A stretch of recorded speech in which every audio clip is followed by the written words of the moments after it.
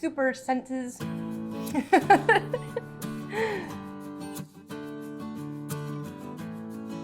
Hi, and welcome back to my channel. If you watched the first video in this series, you know that I recently tried out the very first monkey bread recipe. Or at least the first recipe published under the name monkey bread. It was written in 1945 by Tbsp and Anne King. And it was really good, but it was a far cry from the sweet and sticky dessert that I grew up making with my family. It actually reminded me a bit more of a buttery dinner roll. And that left me wondering, how did monkey bread go from being a savory pull-apart loaf to sweet and cinnamony? As I dug deeper into monkey bread history, I found a number of references to a Hungarian dish called Aranygaluska, which translates to golden dumplings. It seems to be a traditional Hungarian Jewish dessert that is generally baked for Purim. The dish dates back to at least the late 19th century when it was first included in the Hungarian Interpretive Dictionary. And it was likely introduced to the US by Hungarian immigrants fleeing either the Hungarian Revolution of 1848 or the Hungarian Revolution of 1956. Either way, by the middle of the 20th century, Aranygaluska could be found in Hungarian bakeries all over the country. However, the dish's popularity in the US really exploded when Betty Crocker got a hold of the recipe and published their own version under the name Hungarian coffee cake in 1950. So many people on the internet seem to believe that Aranygaluska is one of the precursors of monkey bread. And judging from the recipes I've read, it certainly seems plausible. There are countless recipes for Aranygaluska on the internet with several variations. All of them seem to involve coating balls of dough with a mixture of butter, sugar, and walnuts, but some other common variants also add raisins or dollops of fruit jam, and some variations, including the Betty Crocker recipe, even add a bit of cinnamon, which sounds a lot more like the monkey bread that I know. But based on my research, which was heavily supported by Google Translate, the most traditional recipe involved just butter, sugar, and ground walnuts.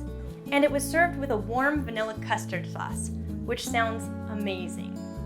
So today I'm going to try making a traditional Aranygaluska recipe from Borbás Marci, the host of a Hungarian cooking show called Borbás Marci's Cookbook. She actually has a video of this recipe on YouTube, but as I don't speak Hungarian, it didn't help me very much, except on pronunciation. But I'm really excited to try it out and compare it to Zezu and Anne's monkey bread recipe I made a couple of weeks ago. So let's go check out the recipe. Luckily, Google Translate has already done a lot of our recipe interpretation for us, but there are still a few things that we need to figure out before we get started. So, as a chemist, one of the things that's really cool about this recipe is that not only does it use metric measurements, but it uses decagrams and deciliters, which are measurements that are rarely used in the US, even in scientific fields. So I just love that I get to use my metric conversion skills for this recipe. If you're not an expert in metric conversions, you might still be familiar with centimeters and how 1 meter equals 100 centimeters. The conversion for decagrams to grams is very similar, with 1 decagram equaling 10 grams. So basically, we can multiply these amounts by 10 to figure out how much of each ingredient we need in grams. For the liquid measurements here, I won't go through all of the fun unit conversions, but essentially 1 deciliter is roughly equal to 0.42 cups. Since the recipe calls for 3 deciliters of milk, we'll need about 1.25 cups of milk. Another interesting measurement here is the salt. The recipe calls for 0.5 kk of salt. It seems that Google Translate wasn't able to find a translation for kk, but I looked into it and it turns out that the Hungarian word for teaspoon is kiskanál, which abbreviates to kk. So this is a pretty easy one. We just need to use 1/2 teaspoon of salt. Anyway, enough with the conversions, let's get baking.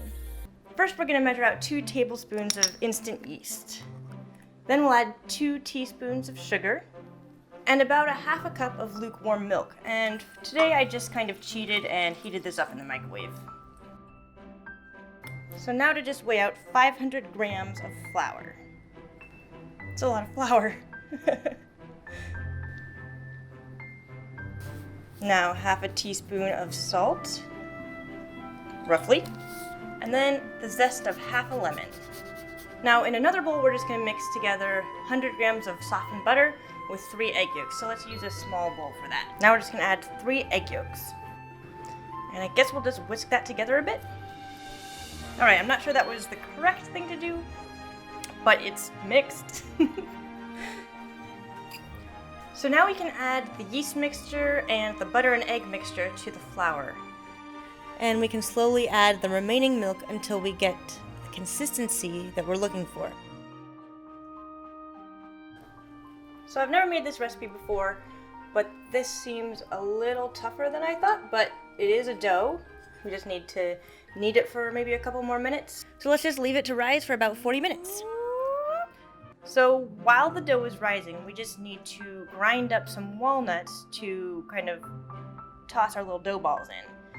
So I'm using my spice blender, probably not in the way that it was intended, but it seems to be working so far.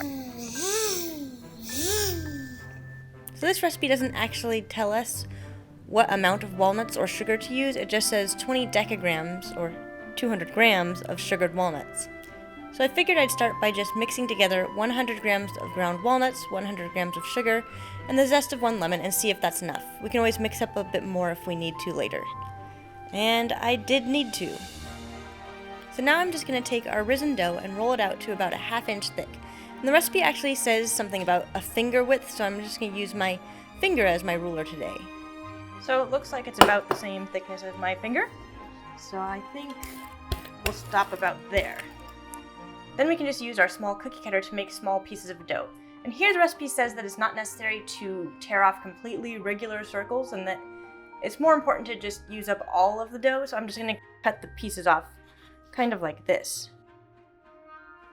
Now we can just pop our dough pieces into a bath of melted butter, then toss them into the walnut sugar mixture and start stacking them into my cake pan, which I've just lined with parchment paper. So once it's all assembled, it's supposed to rise for another 20 minutes and then go into the oven.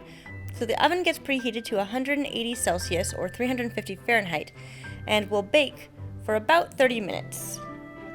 While the dough bakes, we just need to whip up our custard sauce. So in a glass bowl, let's mix together our 5 egg yolks.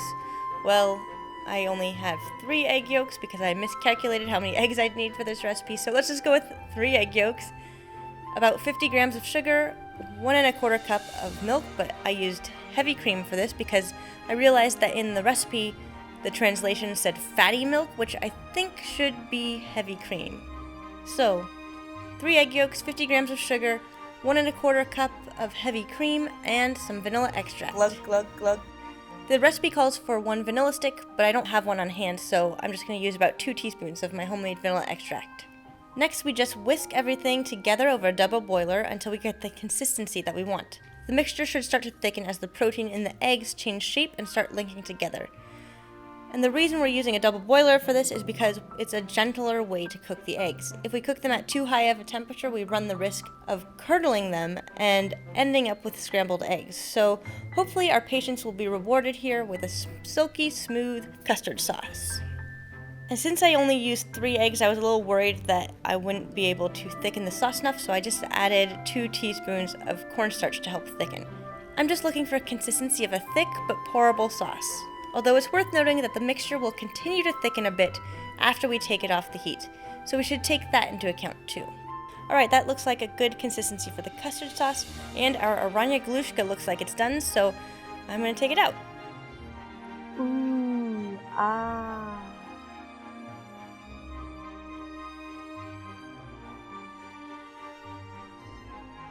So today I've got a special guest with me, my husband Jeremy, and he's going to try out these Aranygaluskas with me.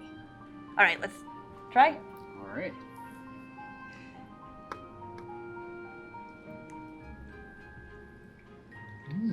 Still hot. It's good. It's not too sweet, just like a little hint of sweetness. The walnuts aren't too overpowering either. I was a little worried. I don't really like walnuts. Good. Is there lemon zest in there? Mm-hmm. You can taste it? Mm-hmm. Oh, nice. Super senses. It's as you dig deeper into the cake that they get really nice and fluffy. The outsides are a little crispy, which is nice, but my favorite are the interior fluffy ones. It's a really good balance of flavor between the walnuts, the lemon zest, and the vanilla custard. I think it needs more custard. So which do you like better? This one or the Zezu Pits? Which one? Yeah? Why? I got a sweet tooth. So thanks for exploring this recipe with me. If you get the chance, I highly recommend giving this one a try. The link is in the description below. And if you enjoyed this content, feel free to like and subscribe, and join me next time to explore the history behind peanut butter cookies. I'll see you then. Okay, I like these.